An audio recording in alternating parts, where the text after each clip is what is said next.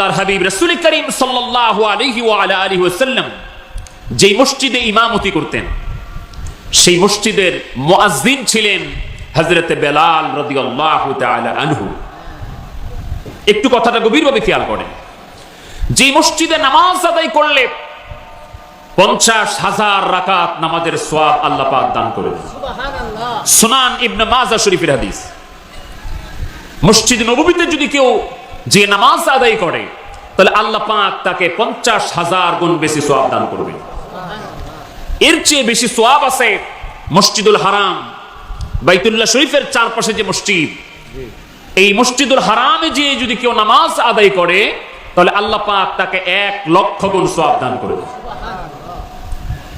এর চেয়ে বেশি সওয়াবের লোভ যদি কেউ দেখায়, যদি কেউ বলে আমাদের এখানে এসে 49 কোটি সওয়াব হবে, কয়েক কোটি গুণ সওয়াব হবে, তাহলে বুঝবেন এটা কোরআন হাদিসের কথা না, এটা তাদের বানোয়াট কথা। ভাইরা আমার, প্রসঙ্গত ক্রমে আমরা আরেকটা কথা বলছি। আজকে সৌদি আরবের ওই অঞ্চলে ঈদুল আজহার চাঁদ উঠেছে, আগামী রাত্রে হয়তো আমাদের বাংলাদেশে উঠবে।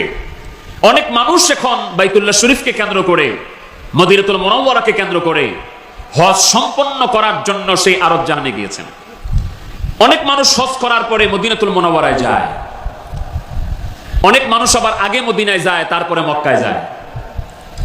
মানুষ যখন মক্কাতুল মুকাররমা থেকে মদিনার দিকে রওনা হয়, আমরা যারা আহলুস সুন্নাত ওয়াল জামাতের আকীদায় বিশ্বাসী, আমরা যারা তরিকত এবং তাসাউফ মানি, আমরা যারা বিশুদ্ধ আকীদায় বিশ্বাসী, আমাদের ঈমান, আমাদের আকীদা, আমাদের বিশ্বাস আমার নবীর চাইতে দামি কোন সৃষ্টি এই সৃষ্টি জগতের মধ্যে আল্লাহ পাক আর সৃষ্টি করেন নাই।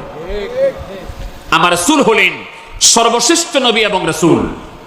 সাহাবায়ে কেরাম রিদওয়ানুল্লাহি তাআলা আলাইহিম আজমাইন, তাদের সম্মান আহলুস সুন্নাত ওয়াল জামাত আমরা দেই। আহলে বায়াতকে মহব্বত করি, আহলে বায়াতকে ভালোবাসি। আমরা বিশ্বাস করি মক্কাতুল মুকাররমা, সেখানে হজের কাজ সম্পন্ন করতে হয়, আর মদিনাতুল মুনাওয়ারায় আমার দয়াল নবীজির কদমে হাজিরা দিয়া কান্নাকাটি করলে আল্লাহ পাক আমাদের গুনাহগুলিকে মাফ করে দেন। এই জন্য বলেন আপনারা মদিনা শরীফে যাওয়ার দরকার আছে না নাই? যখন মানুষ মদিনায় যায় আমরা নিয়ত করি যে আমরা মদিনাতুল মুনাওয়ারায় যাচ্ছি আমার নবী রাহমাতুল লিল আলামিন সাল্লাল্লাহু আলাইহি ওয়াসাল্লামের রওজা পাক জিয়ারতের উদ্দেশ্যে। কিছু মানুষের নিয়ত এরকম যে মদিনা শরীফে গেলে আপনারা নবীর রওজার জিয়ারতের নিয়ত করিয়েন না, মসজিদে নববীতে নামাজ আদায় করবেন, এই নিয়তে মদিনায় যায়। কেননা মসজিদে নববীতে নামাজ আদায় করলে 50,000 গুণ সওয়াব। তো আমার কথা হচ্ছে, যদি কেউ সওয়াবের নিয়তে মক্কা থেকে মদিনায় যান তা আমি বলবো আপনি বোকামি করছেন। যদি নিরেট কেউ শুধু সওয়াবের নিয়তে যান যে মসজিদে নববীতে যে নামাজ আদায় করব 50,000 গুণ সওয়াব পাবো, তাহলে আপনি যাওয়ার দরকার নাই, আপনি বোকামি করছেন। কেন? আমি এর উদাহরণ দিয়ে বলি, একদিকে যদি 50,000 টাকার বান্ডিল থাকে, আরেক দিকে যদি 1,00,000 টাকার বান্ডিল থাকে, আপনি কি 50,000 টাকা নিবেন না 1,00,000 টাকাটা নিবেন? 1,00,000 টাকা। যদি বুদ্ধিমান হন, তাহলে কেউ যদি শুধু সওয়াবের নিয়তে মদিনায় যান, আমি আপনাকে বলবো আপনি বোকামি করছেন। কারণ শুধু সওয়াবের নিয়তে মদিনায় গেলে আপনি ঠকে যাবেন। কারণ মক্কায় নামাজ আদায় করলে 1,00,000 গুণ সওয়াব, মদিনায় গেলে 50,000 সওয়াব, সওয়াব তো আরো কমে গেল। তাহলে সওয়াবের নিয়তে মদিনায়, শুধু সওয়াবের নিয়তে মদিনায় যাওয়ার দরকার নাই। কেন? মক্কায় তো বেশি সওয়াব। তাহলে মদিনায় আমরা কি খালি সওয়াব কামানোর জন্য যাব? না না, আমরা যাব একজনের কাছে যাকে আমার আল্লাহ পাক আমাদেরকে তরাবার জন্য দুনিয়াতে পাঠিয়েছেন। জোরে বলেন আলহামদুলিল্লাহ।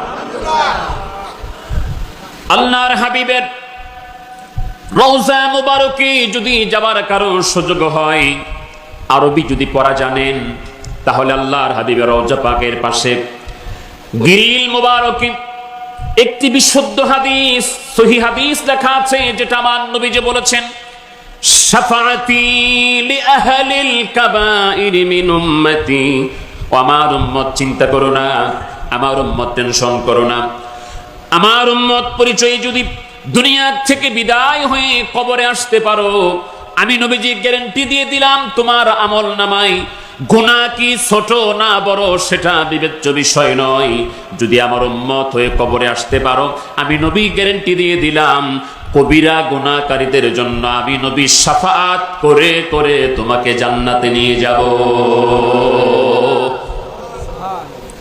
তাহলে মদিনাতুল মুনাওয়ারায় যাবার নিয়ত কেন, কাজ কেন, কি জন্য যাব? আল্লাহ কোরআনে বলছেন, আল্লাহ পাক বলছেন সূরা নিসার মধ্যে আল্লাহ পাক বলছেন ওয়ালাউ আন্নাহুম ইয যালামু আনফুসাহুম জাউকা ফাস্তাগফিরুল্লাহা ওয়াস্তাগফারা লাহুমুর রাসূল লাওয়াজাদুল্লাহা তাওয়াবার রহিমা। আল্লাহ রাব্বুল আলামিন ডেকে বলেন, হাবিব, আপনার উম্মতেরা, মুমিন মুসলমানেরা যদি গুনাহ করে, গুনার মামলায় জর্জরিত হয়ে যায়, অপরাধ করে ফেলে, অপরাধ করার পরে যদি আপনি নবীর কাছে আগমন করে, আপনি নবীর কাছে যদি তারা আসে, তারা আপনার কাছে এসে গুনাহ মাপ চাইলো, আর আপনি নবীজি যদি সুপারিশ করে দেন, আয় আল্লাহ, আমার উম্মত আমার কাছে এসে গুনাহ মাপ চেয়েছে, আমার কাছে এসে তোমার কাছে কান্নাকাটি করে, আয় আল্লাহ তুমি তার গুনাহগুলিকে মাফ করে দাও, আমার আল্লাহ পাক বলেন আমি আল্লাহ তাদেরকে ক্ষমা করে দেবার জন্য প্রস্তুত।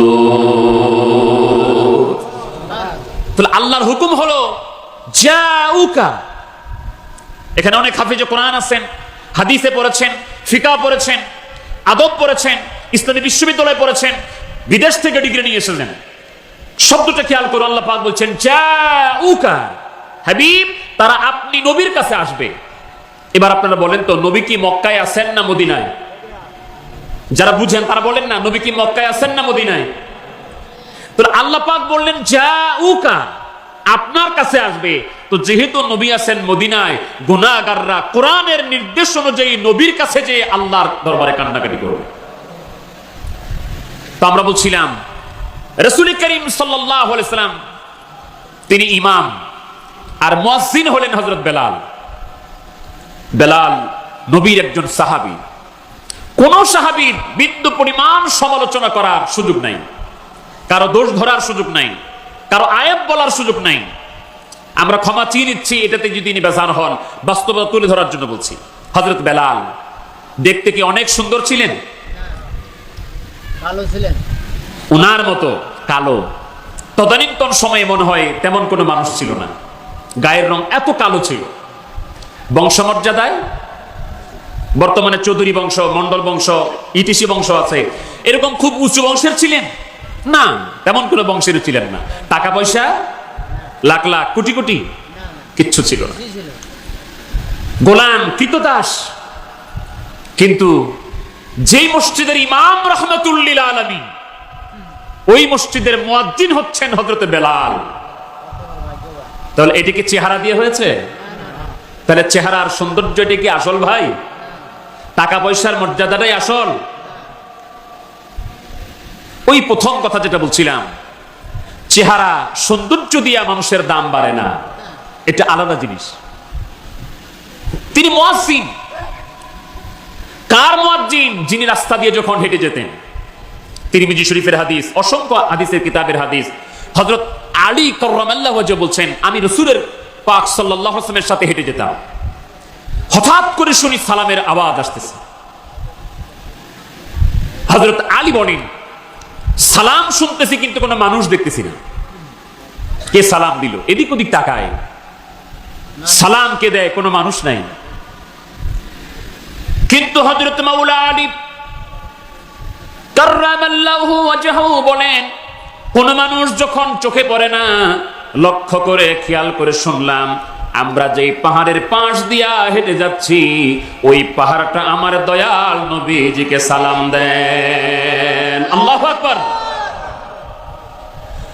হযরত আলী বলেন, আবার রাস্তা দিয়ে হেঁটে যাই, হঠাৎ করে সালামের আওয়াজ শুনতে পাই, দেখি কোনো মানুষ দেখা যায় না।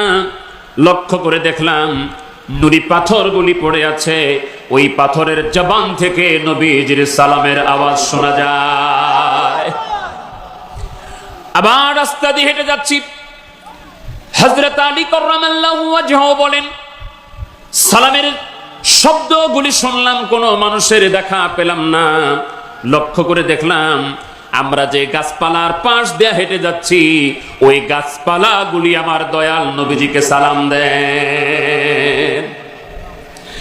সহিহ মুসলিম শরীফের হাদিসে নবী বলেন, মক্কার জমিনের ওই পাথরটাকে আমি এখনো চিনি, যেই পাথরটা আমার এলানে নবুয়ত হবার আগেও, যেই পাথরটা আমার উপরে আনুষ্ঠানিক ওহী নাযিল হবার আগেও আমি নবীকে সালাম দিত।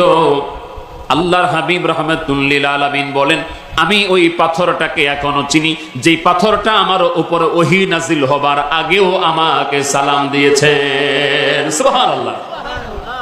তাহলে নবীর উপর ওহী নাযিল হবার আগে পাহাড় পাথর এগুলিও আমার নবীকে চিনে। আর আমরাই খালি হুদাহুদি বলি নবী 40 বছর পরে নবী,